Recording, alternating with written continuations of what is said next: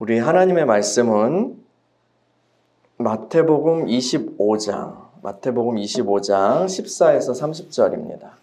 다 같이 한 목소리로 읽을까요? 시작. 또 어떤 사람이 타국에 갈 때 그 동들을 불러 자기 소유를 맡긴과 같으니 각각 그 재능대로 한 사람에게는 금 5달란트를, 한 사람에게는 2달란트를, 한 사람에게는 1달란트를 주고 떠났더니 5달란트 받은 자는 바로 가서 그곳으로 장사하여 또 5달란트를 남기고 2달란트 받은 자도 그같이 하여 또 2달란트를 남겼으되 1달란트 받은 자는 가서 땅을 파고 그 주인의 돈을 감추어 두었더니 오랜 후에 그 종들의 주인이 돌아와 그들과 결산할세 5달란트 받았던 자는 5달란트를 더 가지고 와서 이르되 주인이여 내게 5달란트를 주셨는데 보소서 내가 또 5달란트를 남겼나이다. 그 주인이 이르되 잘하였도다 착하고 충성된 종아 내가 적은 일에 충성하였음에 내게 많은 것을 내게 맡기리니 내 주인의 즐거움에 참여할지어다 하고 2달란트 받았던 자도 와서 이르되 주인이여 내게 2달란트를 주셨는데 보소서 내가 또 2달란트를 남겼나이다. 그 주인이 이르되 잘하였도다 착하고 충성된 종아 내가 적은 일에 충성하였음에 내가 많은 것을 내게 맡기리니 내 주인의 즐거움에 참여할지어다 하고 1달란트 받았던 자는 와서 이르되 주인이여 당신은 굳은 사람이라 심지 않은 데서 거두고 해치지 않은 데서 모으는 줄을 내가 알았으므로 두려워하여 나가서 당신의 달란트를 땅에 감추어 두었었나이다. 보소서 당신의 것을 가지셨나이다. 그 주인이 대답하여 이르되 악하고 게으른 종아 나는 심지 않은 데서 거두고 해치지 않은 데서 모으는 줄로 내가 알았느냐. 그러면 내가 마땅히 내 돈을 취리하는 자들에게나 맡겼다가 내가 돌아와서 내 원금과 이자를 받게 하였을 것이니라 하고 그 1달란트를 빼앗아 10달란트 가진 자에게 주라. 무릇 있는 자는 받아 풍족하게 되고 없는 자는 그 있는 것까지 빼앗기리라. 이 무익한 종을 바깥 어두운 데로 내쫓으라. 거기서 슬피 울며 이를 갈리라 하니라. 아멘. 하나님, 오늘 주의 말씀 앞에 서게 하시니 감사합니다. 우리에게 말씀하시고 또 주님의 뜻을 알게 하시며 주님의 사랑과 은혜 안에 거하게 하여 주시옵소서. 오 주여 우리를 긍휼히 여겨주시며 하나님의 사랑으로 충만케 하옵소서. 주님을 기쁘시게 하는 종들로 살게 하여 주시옵소서. 말씀을 전하는 종을 붙들어 주시고 주의 성령으로 충만케 하옵소서. 예수님의 이름으로 기도합니다. 아멘. 네, 오늘은 2021년 마지막 주일입니다. 참 시간이 빠르죠? 올 한 해도요, 역시 코로나는 기승을 부렸습니다. 약해지는가 싶더니 뭔가 희망을 주는가 싶더니 다시 어딜 하면서 다시 막 솟아오르고 또 그랬죠. 근데 그런 와중에서도 우리는 건강하게 살아남았고 또 주님의 은혜 안에서 걸으면서 기쁨을 누렸습니다. 하나님께 감사합니다. 할렐루야. 여러분 연말이 되면요 우리는 결산을 하죠. 회사나 아니면 일터 현장에서 이제 결산을 합니다. 비즈니스를 어떻게 잘했는지 그렇게 검토를 하는 거죠. 또 각 가정에서도 살림살이를 잘 했는지 또 아이들은 꼭 재정적인 것뿐 아니라 아이들은 어떻게 잘 키웠는지 이런 부분들을 돌아보게 될 거예요. 그러면서 감사도 하고 반성도 하면서 새로운 해를 준비하는 거죠. 개인적으로도 삶을 돌아보고 또 연초에 세웠던 목표들은 얼마나 성취되었는지 얼마나 이루었는지 그런 부분들을 우리는 돌아보게 됩니다. 여러분의 2021년 결산을 잘 하고 계신가요?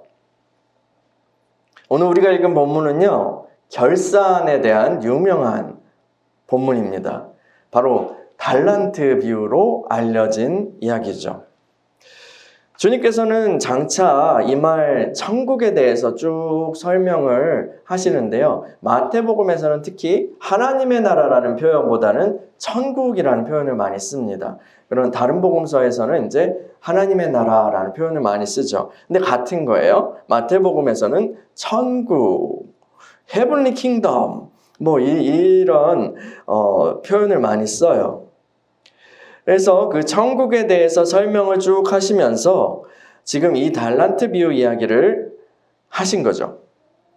어떤 사람이 외국에 나가면서 그 종들을 불러서 자기 소유를 맡겼습니다.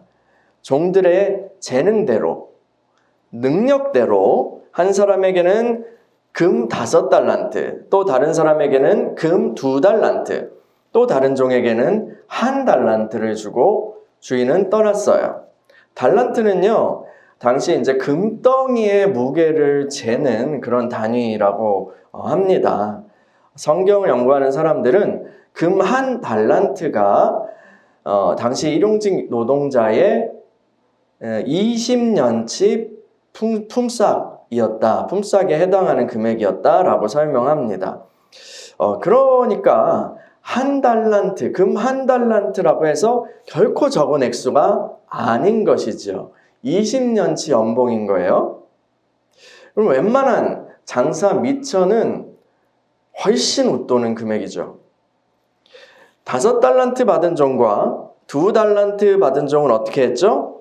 그것을 미천 삼아서 장사를 했다고 해요. 그래서 2배, 100%의 이익을 남겼습니다. 어마어마하죠? 그런데 1달란트 받은 종은 웬일인지 그냥 땅에 그 금을 감춰두고 세월을 보냈습니다. 오랜 후에 주인이 떠나있던 그 기간에서 돌아오기까지의 그 성경은 오랜 후에라고 그렇게 얘기를 하는데요.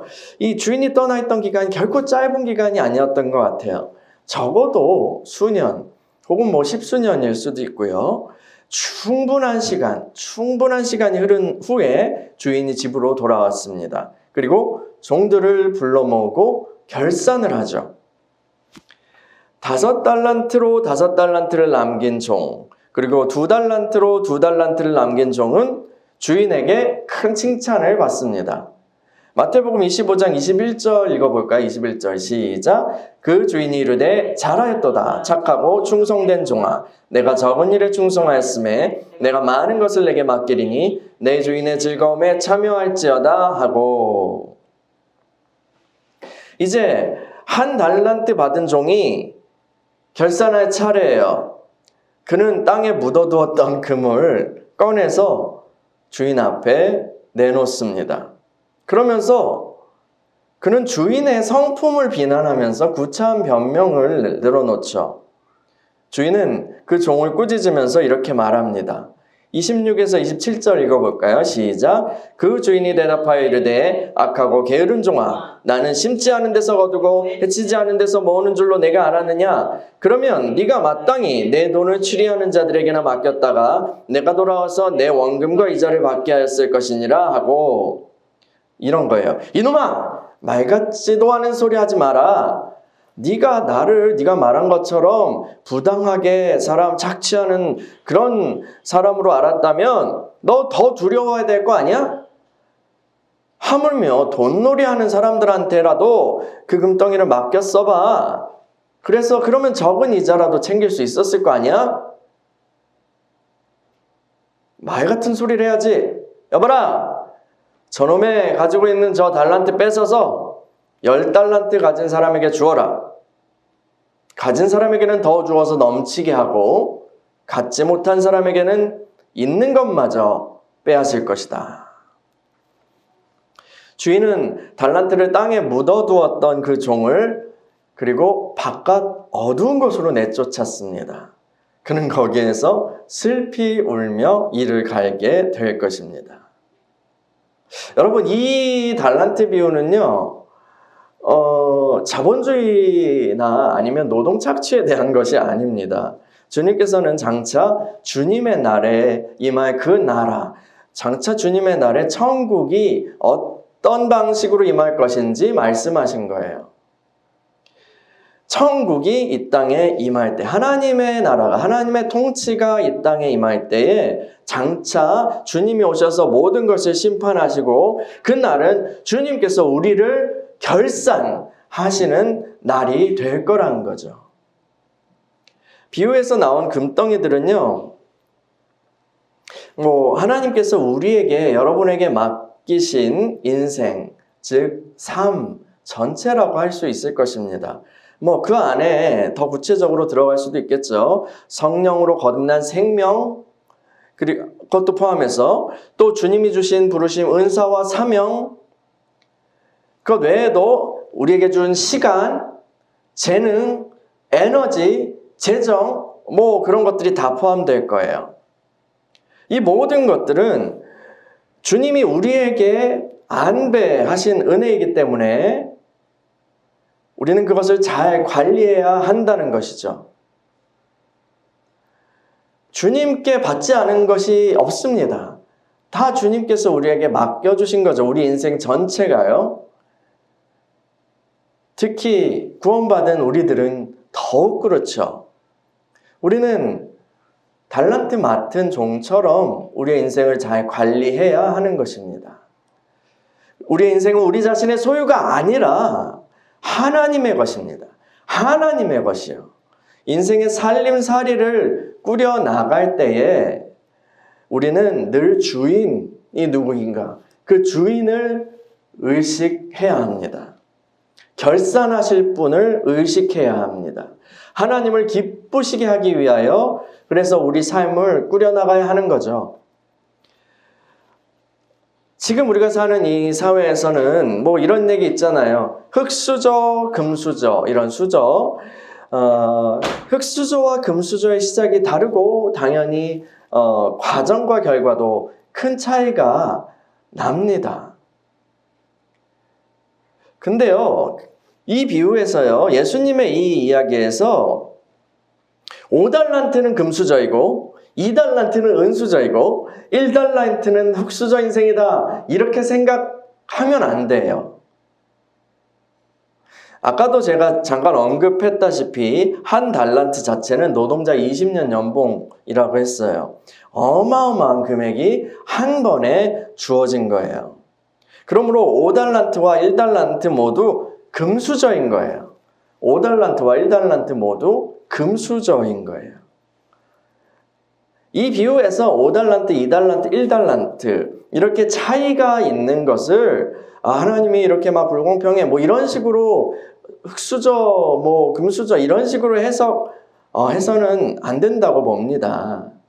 이 비유에서 이렇게 5달란트, 2달란트, 1달란트 이렇게 차이가 있는 것은 하나님이 우리들에게 베푸신 삶의 모습이 다양하기 때문입니다. 그 다양성으로 봐야 한다고, 이것을 차별이 아니라 다양성에 대한 것으로 봐야 한다고 저는 생각합니다.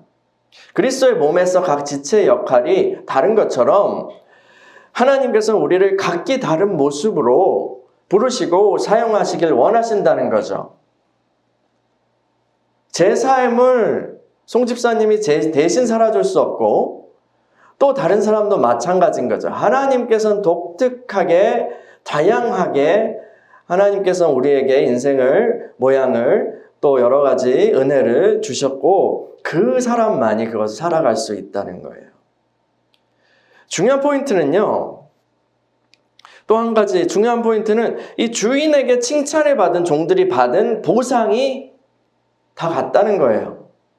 동일하다는 거예요. 달란트, 주인의 그 달란트 외에 그 보상은 뭐냐면 주인의 칭찬과 인정이고요. 그리고 주인의 즐거움에 참여하는 거예요. 주인의 즐거움에 참여하는 거예요.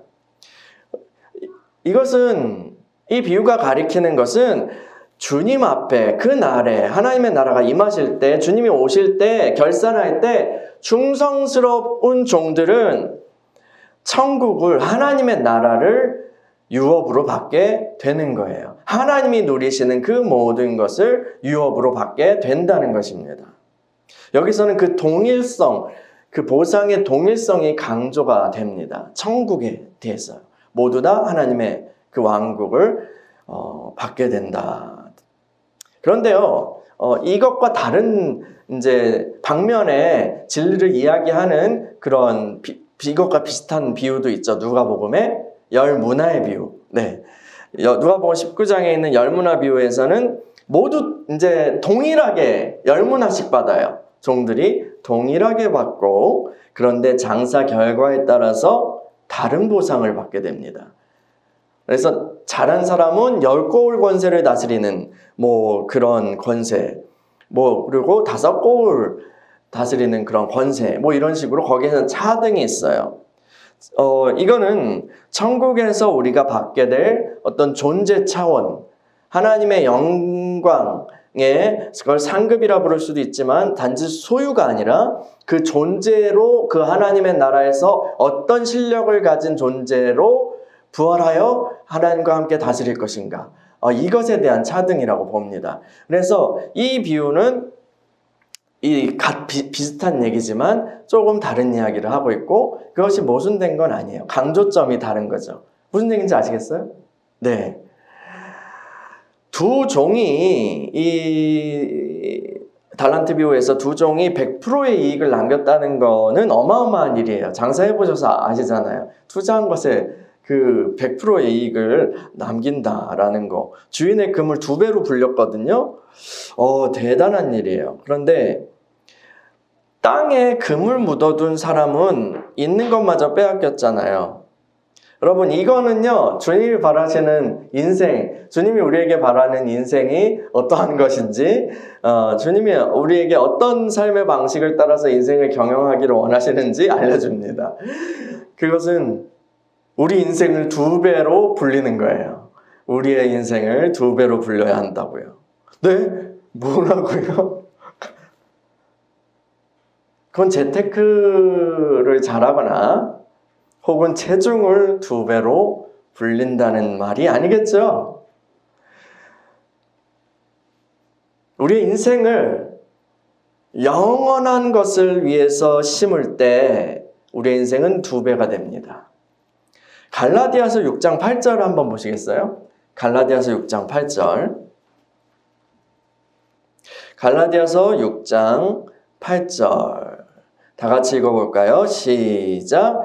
자기의 육체를 위하여 심는 자는 육체로부터 썩어질 것을 거두고 성령을 위하여 심는 자는 성령으로부터 영생을 거두리라. 아멘.